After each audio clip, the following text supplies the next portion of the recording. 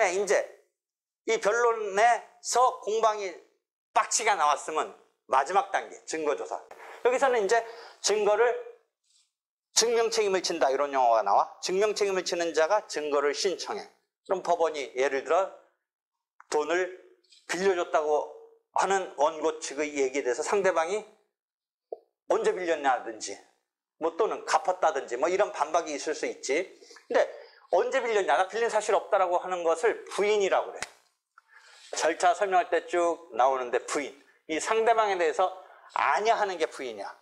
그 다음에 상대방의 얘기는 이름 받아들이고 근데 뭐 이렇게 하는 거야. 부인은 영어로 치면 no, nine. 교과서에 이렇게 설명됐어. 독일어로 nine, no. 항변은 aber, 그러나 뭐 아마 그렇게 표현됐을 거야. 돈을 빌렸는데 갚았다는 거야. 빌린 거는 증명이 됐든 자백이 됐든 전제해서 갚았다라고 나가는 건 항변이야. 그러니까 입에 이제 여러분 배야 돼. 변제, 항변. 소멸시효도 뭐야? 빌린 거의 상황은 일단 전제되는 거지.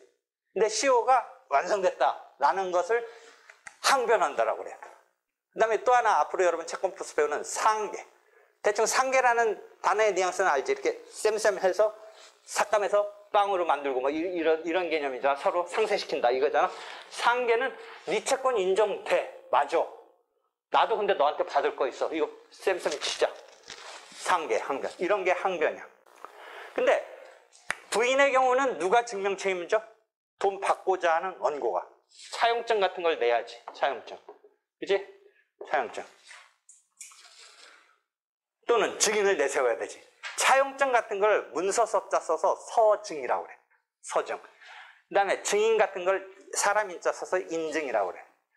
몇 가지 더 증거 방법에 있어서 증거조사 등을 나중에 배우게 되는데 일단 여러분이 그냥 딱 일반적으로도 이해할 수 있는 차용증, 일반적으로도 이용할 수 있는 증인을 내세워서 채권자인 원고는 뭐를 증명하려고 하겠어? 상대방이 부인하니까 돈 빌려준 대여 사실을 증명하려고 그러지. 그치? 반면 변제의 경우는 상황이 어떻게 돼 있어? 대여 사실은 어떤 논리의 흐름상 대여 사실은 부인이 돼서 증거에 의해서 일단 인정됐든지 아니면 부인의 경우 말고 아까 배운 자백의 경우는 증거조사 할 필요 없이 오케이 해준 거잖아. 그러니까 자백된 사실은 조사할 필요 없다라고 불요증 사실이라고 얘기했지. 그래서 대여 사실은 일단 어찌됐든 당사자가 그렇다라고 하니까 전제가 된 거지. 만약 돈 빌릴 사실이 없다고 했는데 차용증 등에 의해서 돈 빌릴 사실로 인정되는 상황으로 들어간다면 피고가 갚았다라고 하는 건 이제 항변이 되는 거지. 뭐가 전제된 거야? 일단 항변은 부인은 막 공격하는 그 자체를 아니다라고 하는 거지. 나인. 그죠? 항변은 뭐야? 그거를 바탕으로 다시 이쪽이 공격하는 거야. 잘 생각해봐. 그죠? 그러니까 항변은 다시 공격하니까 누가 증명을 해야겠어? 그 부분에 대해서 상대방이 오히려 이제 이 항변한 변제에 대해서 상대방이 뭐야? 아니다라고 할 수도 있지. 그러면 누가 증명해야 돼? 변제한 거. 이 사람이 갚은 거를, 그치? 갚고 나면 보통 우리가 뭘 받아? 뭐 아무것도 안 받지만 만약 이런 식으로 얘기하려면 수령증 이런 걸 받았겠지. 그치? 또는 통장으로 입금한 거 뭐 이런 흔적이 있겠지. 그치? 그러면 이런 것을 갚았다고 하는데 상대방이 그래도 통장으로 들어온 것조차도 사실은 이쪽 입장에서는 갚았다고 돈 보낸 거지만 그쪽은 또 뭐라고 할 수도 있어. 그 채권자는. 너 같으면 뭐라고 하겠어? 너 받았으면서 억지 주장했냐고 해서 그냥 끝 할 거야. 지금 싸움의 내용을 보면 돈 온 거가 있는데 너 뭐라고 생각해? 그 돈 온 게. 네가 상대한테 너 돈 빌렸는데 안 갚았다고 하는 너 입장에서는 돈 온 거가 있어. 그 정도 돈 온 게 있어. 다른 채권. 그치. 다른 채권. 그치? 그건 땅권 받은 거다라고 보면 되지. 그러니까 통장으로 갔다는 것만으로는 꼭 된다고 보장은 없지. 그죠? 근데 그 돈 보낸 게 또 이건 정식으로 갚았다고 해도 다 안 갚았다 뭐 이런 얘기도 할 수 있지. 일부 변제다. 그때 여러분 이제 채권 배우면 제일 골머리 쓰는 게 변제 충당이라고 있어. 상대방 돈하고 내가 갚은 게 변제한 게 딱 안 맞으면 이자부터 해야 되고 원본은 나중에 하고 이런 게 변제 충당 이제 채권법에서 배우게 돼. 지금 채권법 어디까지 배웠어? 채권 계약 배우고 있어? 계약? 열심히 배워. 갚았다가 돈 보낸 것도 뭐 거의 90% 그것 때문에 보냈겠지만 만에 하나 진짜 얘같이 말하는 사람 있잖아. 그거 딴 거 보낸 거다. 원래 딴 거 준 거다. 뭐 이렇게 할 수 있는 상황도 꼭 없지는 않지. 그러니까 공방이 벌어지겠지. 그죠? 이렇게 해서 이 부인에 대해서 상대방이 증거를 신청해서 다툼이 이어질 거고, 한편 피고 나름대로도 또 항변 같은 게 나와서 원고가, 그러니까 소멸시효 항변에 대해서 여러분 들어봤어? 상대방이 그 시효가 중간에 중단됐다라고 소멸시효 중단에 그걸 재항변이라고 그래. 잘 봐봐. 공격, 시효 항변, 중단, 재항변.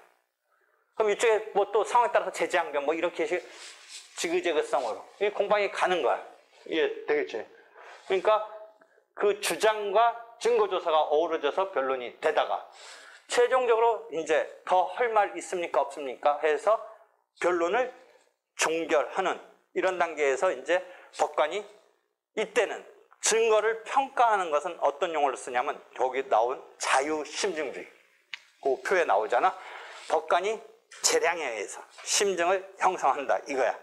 증거 조사한 결과는 판단자인 법원 법관이 판단을 심증을 형성한다. 그게 자유심증주의란 말로 불러. 202조인가에 있어. 조문. 민사소포 조문은 힘들어. 왜 힘드냐?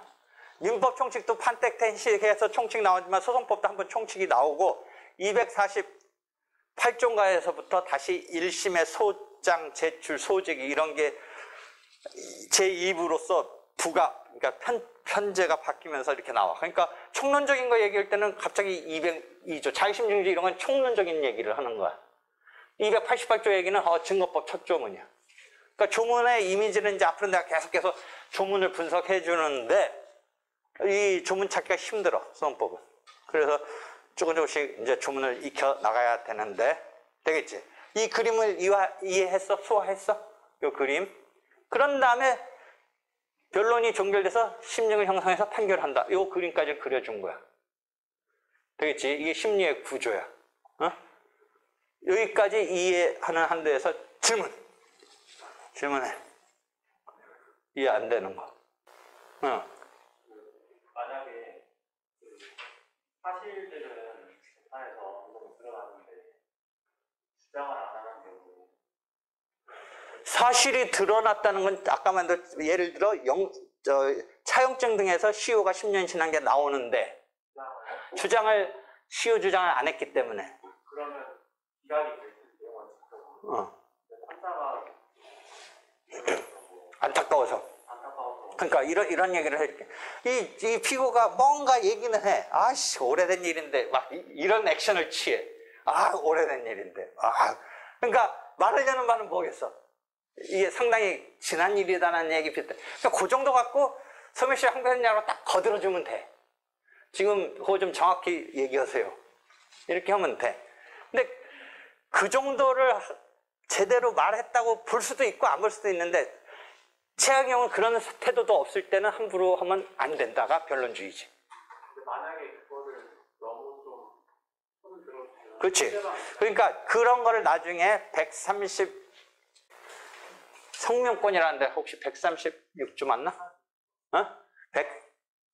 맞지. 성명권이라고 부르는데 약간 성명권이 여러분 뉘앙스가 당사자의 권리 같은 느낌인데 그게 아니고 법원이 성명하는 거야. 그러니까 약간 비스무리하는 얘기 같은 걸 막 하는 듯 하면 법원이 성명이란 말 뉘앙스 알겠지? 성명 밝혀서 이렇게 하는 거. 해석해서 밝혀. 그런 거를 행사해서 그거 제대로 한번 말해보세요 하는데 거기에 도가 지나치면 케이스 바이 케이스고 그 도가 지나치다는 게 뭔지는 모르고 내가 한마디로 말을 못하고 여러분도 한마디로 뭘지는 모르지만 그 어떤 싸움의 내용상 그 말을 해서 법원이 좀 서포팅 해 주어야 된다고 하는 게 성명권이고 그게 과도하게 되면 성명권 또 의배가 돼. 그걸 획일적으로 뭐라고 내가 말해 줄 수는 없어. 그 어떤 흐름상 서포팅을 해줬었어야 된다라고까지 가면 법원이 성명을 해줘야 될 의무에 의배됐다고도 들어가고 한편 반대쪽에서 보면 너라고는 아니겠죠. 법원 너 너무했어라고 한다는 건 이쪽 입장에서 보면 성명권을 과도하게 한 거지. 이쪽 입장에서는 오히려 왜 안 해줬느냐 입장에서는 성명 의배를 거는 거고, 그쪽은 가만히 냅두지 왜 거기 서포팅 했냐라고 하는 게 성명권 의배됐다는 이게 있을 수 있지.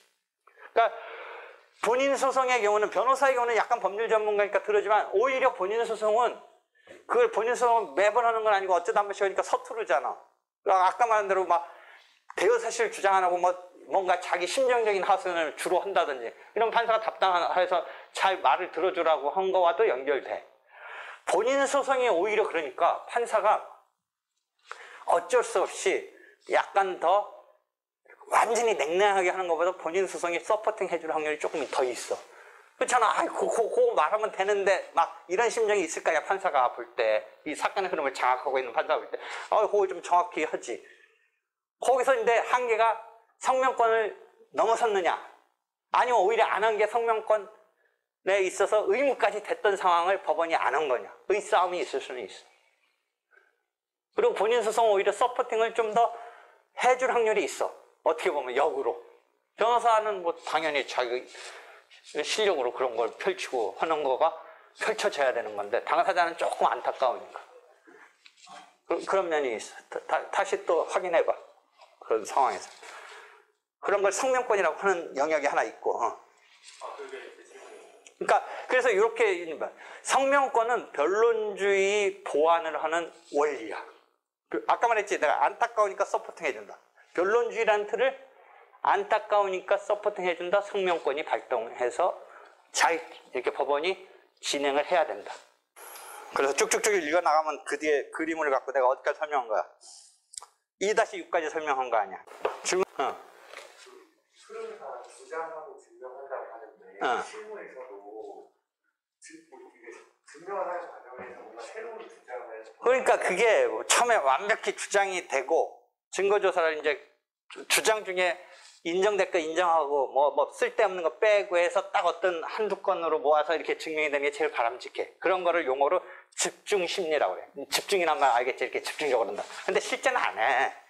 실제는. 아까 요건 사실도 내가 설명했잖아. 이렇게 딱 규칙적으로 되지 않아. 그냥 뭐 여러 가지 얘기를 하지. 상대방 나쁜 얘기 다 하지. 뭐 아까 만들어 스파게티 먹었다 이런 얘기 뭐 할 수 있지. 그렇지만 핵심을 안 해놓고 그것만 하면 안 되지. 근데 무슨 얘기를 내가 드냐? 또 여러분 알기 쉽게 그러면 들어봐. 재판형이 딱딱딱딱 될 것 같아? 안 되지. 또 상대방은 전략상도 또 그렇게 응해주지도 않아. 어? 그러니까 주장과 증거조사가 탁탁탁탁 원래대로는 주장 다 정리되고 그래서 집중적인 심리로 증거조사 딱 돼서 맞아떨어지고 그 다음에 변론 정결되고 판결하면 되는데, 아까 말한 대로 뭐 이거 주장하다가 뭐 또 갑자기 뭐 딴 주장도 하고 이게 막 엉키는 경우도 많아. 실제 그게 더 많을 거야 아마. 처음부터 이게 무슨 우리가 생활계획표 세우듯이 상대방이 있는데 지원자만 하는 것도 아닌데, 상대방이 또 이런 주장 나오면 갑자기 나도 이런 주장 또 해나가야 되잖아. 그러니까 이게 계획표 세운 대로 안 가는 거지. 그러니까 그런 거를 잘 정리전동하는 이 절차 진행은, 지금 싸움에서 당사자주의라고 그래서 처분권주의 변론주의로 보여졌지만, 절차 진행은 누구한테 권능이 있다? 법원 측에 있어. 나중에 그림 보면 딱 그려놔줬잖아. 내가.